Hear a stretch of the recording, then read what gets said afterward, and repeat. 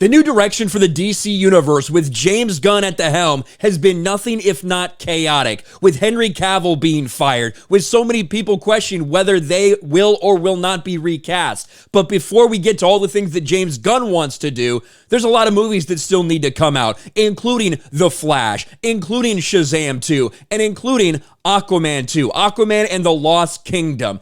And if everything we're hearing is accurate, if everything that we've been hearing for months and months about Aquaman 2 is actually true, DC has a lot of problems on their hands just to finish this year before they even think about what James Gunn's plan for the future actually is. And what we heard over the past few days is devastating.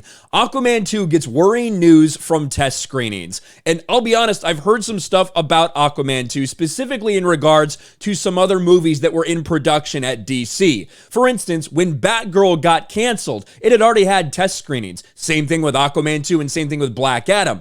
Batgirl reportedly tested higher than not only Black Adam, but also Aquaman 2. Aquaman 2 was testing the lowest of anything that was in production at DC. And if the quality of Black Adam is any indication of just how bad Aquaman might be, yeah, this could be a disaster for Warner Brothers and for DC before they move on to James Gunn's new plan for the DCEU. Aquaman and the Lost Kingdom has yet to release, but a new update from its test screening has worried fans. Test screenings have been a mixed bag for DC movies lately. Dwayne Johnson's Black Adam performed poorly during its round of previews, resulting in a dismal outing at the box office.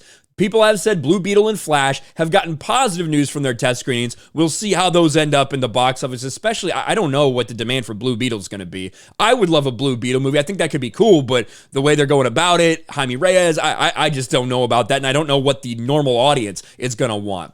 However, it seems Aquaman 2 is currently in the same boat as Black Adam. Aquaman 2 receives disappointing test screening update. Insider Viewer Anon can describe the consensus of Aquaman to be this. Here's the quote. "I'll be honest, we're half a dozen test screenings in and it's not looking great. I've consistently heard over the last half year or so that it's boring, not as good as the first, and potentially one of the worst DCEU movies." A different insider said this. "It brings me no joy to back him up and tell you that test screenings for this film have not been good. Really hoping one fixes this movie before December."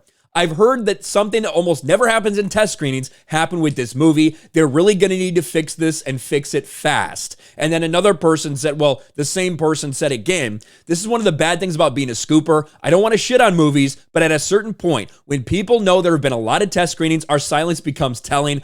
I like James Wan. I know he's had a rough time with this one. I hope it works out." Now, when it comes to the scooping game, I find a lot of these guys not very credible sometimes. I think sometimes they just make shit up. However, these reports confirm the stuff that I actually have heard from people I know, not only who had seen The Flash, but are also very connected to the production on Batgirl. So I do trust what this is saying because it corroborates everything that's been said about Aquaman and the Lost Kingdom, that it's testing incredibly badly, and that it doesn't even have a ton to do with one of the most despised people, Amber Heard, because she's not in the film very much. They know people despise Amber Heard. They know that if they could have done things differently, they probably would have recast her. It's past the point of that being possible, but they have significantly shaved down her role, and even that hasn't helped. So before James Gunn even gets a chance to do whatever he wants to do with DC, including rebooting Superman, getting rid of Henry Cavill, which almost everybody has a problem with that, there's still a lot to come out for Warner Brothers. And considering this one is probably going to be the highest budget, well, other than maybe The Flash with all the reshoots, all they've done with that,